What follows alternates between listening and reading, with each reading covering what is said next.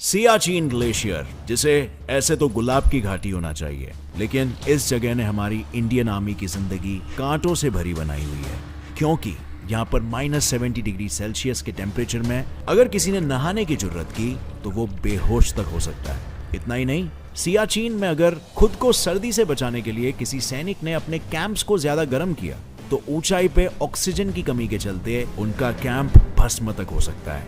लेकिन इनकी ये मुश्किलें यहीं खत्म नहीं होती, क्योंकि एक तरफ हम ऐसी जगहों पर अपने पैर तक नहीं उठा सकते, वहीं इन्हें कदम कदम पर अपने कंधों पर 30 से 35 किलो का वजन लेकर 20 से 28 दिन चलना पड़ता है ताकि ये ग्लेशियर की ऊंचाई पर पहुंच सके। और इन सभी कठिनाइयों के बाद जानते हो इन्हें खाने के लिए क्या मिलता है? जमा हुआ अंडा, प्याज, अदरक, जिन्हें ये काटते नहीं बल्कि तोड़ते कि ऐसे ही चैलेंजिंग जिंदगी का आईना दिखाने वाला हूँ in our today's video titled Indian army life in Siachen glacier. दोस्तों, सियाचिन ग्लेशियर में हमारी सुरक्षा में मौजूद इंडियन आर्मी के बारे में जानने से पहले हम ये जान लेते हैं कि आखिर समुद्र से 24,000 फीट की ऊंचाई पर चारों तरफ बर्फ में घिरी हुई इस जगह पे ऐसा क्या हुआ था जिस वजह से हमारी इंडियन आर्मी को यहाँ दिन रात रहना पड़ता है। दरअसल सच्चाई यह है कि सियाचिन ग्लेशियर पे सबसे पहले पाकिस्तान की नजर पड़ी थी और वो इस जगह को देखते ही समझ गया था कि सियाचिन से इंडिया की हर हरकत पे नजर रखना आसान हो जाएगा। लेकिन आजादी के बाद दोनों ही देशों ने शांति और अमल का एग्रीमेंट साइन किया था और इसी वजह से पाकिस्तान डायरेक्टली सियाचिन में नहीं घुस सकता था। इसीलिए उसने 1970 तक चुप के सिर्फ इस ग्लेशियर पे चढ़ने का ही अभियान चलाया। हालांकि अपनी इस हरकत को वो ज्यादा दिन तक गुप्त नहीं रख पाया, क्योंकि 1981 में इसकी खबर इंडियन आर्मी के कर्नल नरिंदर बुल कुमार को लग गई, जिसके बाद फौरन हरकत में आते हुए इंडियन आर्मी ने कर्नल कुमार को यह ऑर्डर दिया कि वो सियाचिन ग्लेशियर के पूरे इलाके का नक्शा बना ले ताकि उन इलाकों को कब्जा करने में इंडिया को आसानी हो। जैसे ही इंडिया की इस हरकत की खबर पाकिस्तान को लगी, उन्होंने फौरन सियाचिन ग्लेशियर को अपने कब्जे में करने के लिए एक मिशन बनाया, जिसके लिए ग्लेशियर्स की चढ़ाई करते वक्त इस्तेमाल होने वाली चीजों का ऑर्डर उन्होंने लंदन की एक कंपनी को दिया जो पहले से ही इंडिया को ऐसी चीजों का सप्लाई करती थी। और आप तो ये जानते ही हो, इंडिया ने हमेशा सबसे पहले अपना भाईचारा बनाए रखा है। बस इसी भाईचारे की वजह से लंदन की उस कंपनी ने इंडिया को इंफॉर्मेशन दी कि सियाचिन पर पाकिस्तान कब्जा करने जा रहा है। और फिर क्या था? पाकिस्तान को नाकामयाब करने के लिए अप्रैल 1984 में इंडियन आर्मी ने ऑपरेशन मेघदूत चलाया और पाकिस्तान के सियाचिन ग्लेशियर के टॉप पे पहुंचने से एक हफ्ते पहले ही खुद का झंडा वहां पर गाड़ दिया। इसके बाद जब पाकिस्तान सियाचिन की ऊंचाई पर पहुंचा, तब उसने देखा कि इंडिया ने सियाचिन पर तो कब्जा किया है और साथ ही उसके वेस्ट में स्थित सल्टोरो रिज को भी अपने हिस्से में ही ले लिया है, जहां फिलहाल इंडिया के 100 से भी ज्यादा बेस कैंप्स है। हालांकि भारत की इस जीत के बाद भी पाकिस्तान सियाचिन पर अपना दावा करता रहा और इसी वजह से 1984 से 1999 तक दोनों देशों में काफी खून खराबा भी हुआ है। लेकिन एक सच ये भी है कि सियाचिन में गोलियों से ज्यादा मौतें वहां के मौसम की वजह से हुई है, जिसका जिक्र खुद हमारे union minister of defence Rao Inderjit Singh ने 2015 में लोकसभा को एक लेटर लिखते हुए किया था और बताया था कि ऑपरेशन मेघदूत के बाद से अब तक सियाचिन में मौसम की मार ने 869 सैनिकों की जान ले ली है। जवानों की हुई मौत से आपको इस बात का अंदाजा लग ही गया होगा कि सियाचिन ग्लेशियर का तापमान सांसों को भी जमा सकता है। वहां के हालत कुछ ऐसे हैं कि चाहे अंडा हो या प्याज या फिर इंसान की सांसें ही क्यों ना हो, सब कुछ जम जाता है। और इसी वजह से हमारे जवानों को ताजा पकाया हुआ खाना बहुत कम नसीब होता है। फिर भी पेट है तो उसको भरना भी तो जरूरी है, वो भी ऐसे खाने से जो शरीर को अंदरूनी गर्माहट दे। इसीलिए इंडियन आर्मी को चॉकलेट, गुड़ और चिकी जैसी चीजें रोजाना दी जाती है। और रहा सवाल खाने का, तो सियाचिन में इंडियन आर्मी को ज्यादातर पैक्ड खाना ही दिया जाता है, जिन्हें बस गर्म पानी में डालकर पकाया जा सके, क्योंकि यही चीजें -70 डिग्री सेल्सियस में आसानी से पका के खाई जा सकती है। आप ये सोच रहे हो कि उसके लिए पानी की जरूरत होती होगी, तो हाँ, बिल्कुल होती है। और इसीलिए तो बेचारे बर्फ को पिघलाकर उसका ही इस्तेमाल करते हैं, फिर चाहे उन्हें पानी पीना हो या अपने लिए कुछ बनाना हो। अगर साइंटिफिकली देखा जाए ना, तो इंसान जितनी ज्यादा हाइट पे होता है, उसे अपने बॉडी में एनर्जी लेवल बनाए रखने के लिए उतनी ज्यादा कैलोरीज की जरूरत होती है। लेकिन दुर्भाग्यवश हमारे सोल्जर्स के साथ चाह कर भी ऐसा नहीं हो पाता। उल्टा कई बार बेस कैंप से पकाया हुआ जो खाना आता है ना, वो भी बीच रास्ते में ऐसे ही जम जाता है और सैनिकों तक पहुंचते पहुंचते उसमें कोई स्वाद ही नहीं बचता। और रहा सवाल इंडियन आर्मी की ट्रेनिंग और उनकी लाइफस्टाइल का, तो आई एम श्योर अब तक आप जान ही गए होंगे कि सियाचिन ग्लेशियर में रहना बच्चों का खेल बिल्कुल नहीं है। यहाँ काम करने के लिए शारीरिक तंदुरुस्ती और जज्बात दोनों का फिट रहना बेहद जरूरी है। इसीलिए तो यहाँ पोस्टिंग से पहले सभी जवानों की लगभग 5 हफ्तों तक स्पेशल ट्रेनिंग होती है, जिसमें शुरू के कुछ दिन उन्हें कश्मीर में सिर्फ ये सिखाया जाता है कि सियाचिन में उन्हें माउंटेन क्लाइंबर्स की तरह अपनी जिंदगी बितानी है। इसके बाद जब सैनिक ये लाइफ स्किल सीख लेते हैं, तब उन्हें सियाचिन बेस कैंप लाया जाता है,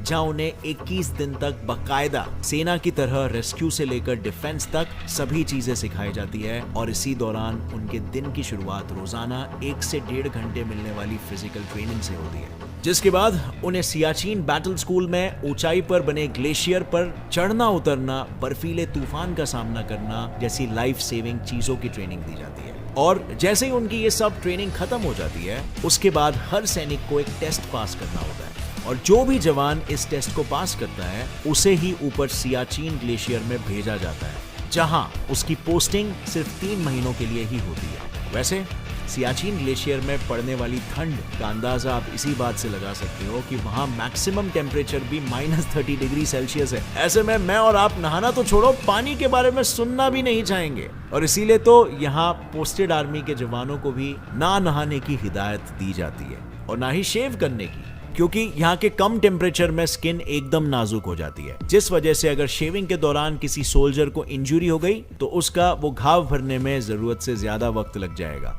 सिर्फ यही नहीं, पोस्टिंग के बाद जितने भी सैनिक सियाचिन में रह रहे होते हैं ना, उन पर हर पल जान का खतरा मंडरा रहा होता है, क्योंकि इस बर्फीले रेगिस्तान में कौन सी जमीन कब धंस जाए, कब कहां से कौन सा तूफान आ जाए, ये कोई नहीं कह सकता। और इसीलिए यहाँ पर सभी सैनिक खुद को एक रस्सी से बांधकर ही कहीं भी आते जाते हैं, ताकि ऐसी कोई भी सिचुएशन में वो एक दूसरे की मदद कर सके। बट फ्रेंड्स, अभी आपको अंदाजा ये तो हो ही गया है कि क्या खतरनाक जगह, अलग लेवल खतरनाक। बट इनकी ये समस्याएं यहीं पर खत्म नहीं होती, क्योंकि सियाचिन बेस कैंप से ऊपर ग्लेशियर तक इंडियन आर्मी को महीने का राशन सिर्फ कुछ ही सेकंड्स में मिलता है। मतलब सियाचिन के मौसम और वहां चलने वाली 160 किलोमीटर प्रति घंटे की हवा में किसी भी हेलीकॉप्टर को उड़ा पाना मुश्किल है, और इसीलिए वहां पर खास हेलीकॉप्टर चीता को उड़ाया जाता है, जो महीने में एक ही बार सिर्फ 30 सेकंड के लिए ऊपर बनाए गए हेलीपैड पर रुककर राशन डिलीवर करता है, ताकि उनके किसी भी मूवमेंट की भनक दुश्मन को ना लगे।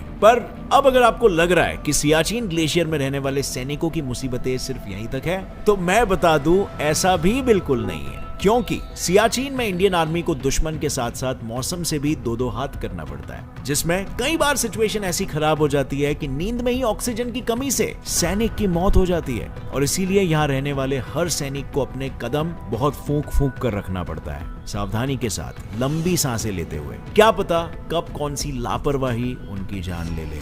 लेकिन ऐसा नहीं है कि यह समस्या सिर्फ सैनिकों तक ही सीमित है, क्योंकि ये सैनिक अपना घर परिवार छोड़कर हमारी हिफाजत के लिए बर्फ के ऐसे रेगिस्तान में रह रहे हैं, जहां उनका मरना भी हमारे लिए किसी श्राप से कम नहीं है। इसीलिए तो इनकी जिम्मेदारी भारत सरकार ने उठा रखी है, और वो रोजाना सियाचिन ग्लेशियर पर मौजूद 3000 से ज्यादा सैनिकों पर 6 करोड़ रुपए खर्च करती है, ताकि उन लोगों तक खाना पीना और जरूरत की सभी चीजों को पहुंचाया जा सके। केवल इतना ही नहीं, इन सैनिकों को बर्फीली हवा और दुश्मनों से सुरक्षित रखने के लिए इंडियन गवर्नमेंट ने इनके लिए 7,500 करोड़ के माउंटेनियरिंग इक्विपमेंट भी खरीदे हैं, जिससे उन्हें पहाड़ चढ़ने उतरने में और दुश्मनों से लड़ने में मदद मिलती है। हालांकि भाई लोग, ये सभी चीजें बस यही सवाल उठाती है कि आखिर क्यों सियाचिन ग्लेशियर इंडिया के लिए इतना जरूरी है, जिस वजह से सरकार ने वहां जानलेवा परिस्थितियों में भी हमारी सेना को तैनात करके रखा है। दरअसल आप लोग तो जानते ही हो, आजादी के बाद से ही इंडिया और पाकिस्तान के बीच दुश्मनी का माहौल रहा है। इसीलिए शांति और अमल बनाए रखने के लिए 1949 में कराची एग्रीमेंट और 1972 में शिमला एग्रीमेंट, दोनों ही देशों ने ये तय करते हुए साइन किया था कि काराकोरम की पहाड़ियों के पास मौजूद सियाचिन ग्लेशियर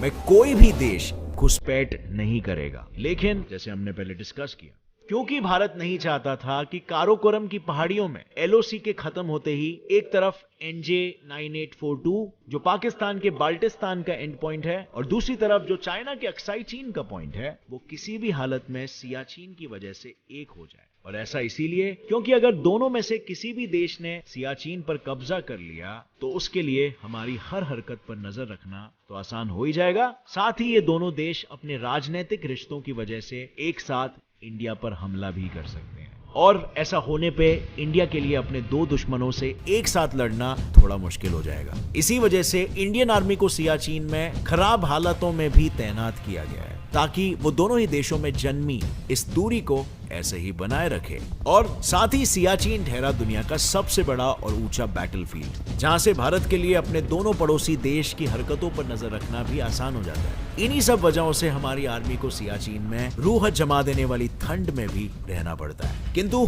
इसमें कोई दो राय नहीं है कि हमारी सरकार सियाचिन में रह रही इंडियन आर्मी के हालात को सुधारने की काफी कोशिशें कर रही है। लेकिन यहाँ जो चीज सबसे ज्यादा जरूरी है ना, वो है हमारे सैनिकों की सुरक्षा। देखा जाए तो इंडिया पाकिस्तान की ये लड़ाई कब खत्म होगी ये तो कोई नहीं जानता, लेकिन क्या ऐसे ही हर बार सियाचिन में रह रहे हमारी सेना के लोगों की जान महज ठंड के वजह से जाती रहेगी? क्या गवर्नमेंट कुछ और नहीं कर सकती ये सबको रोकने के लिए? आपका क्या ख्याल है इस मामले में?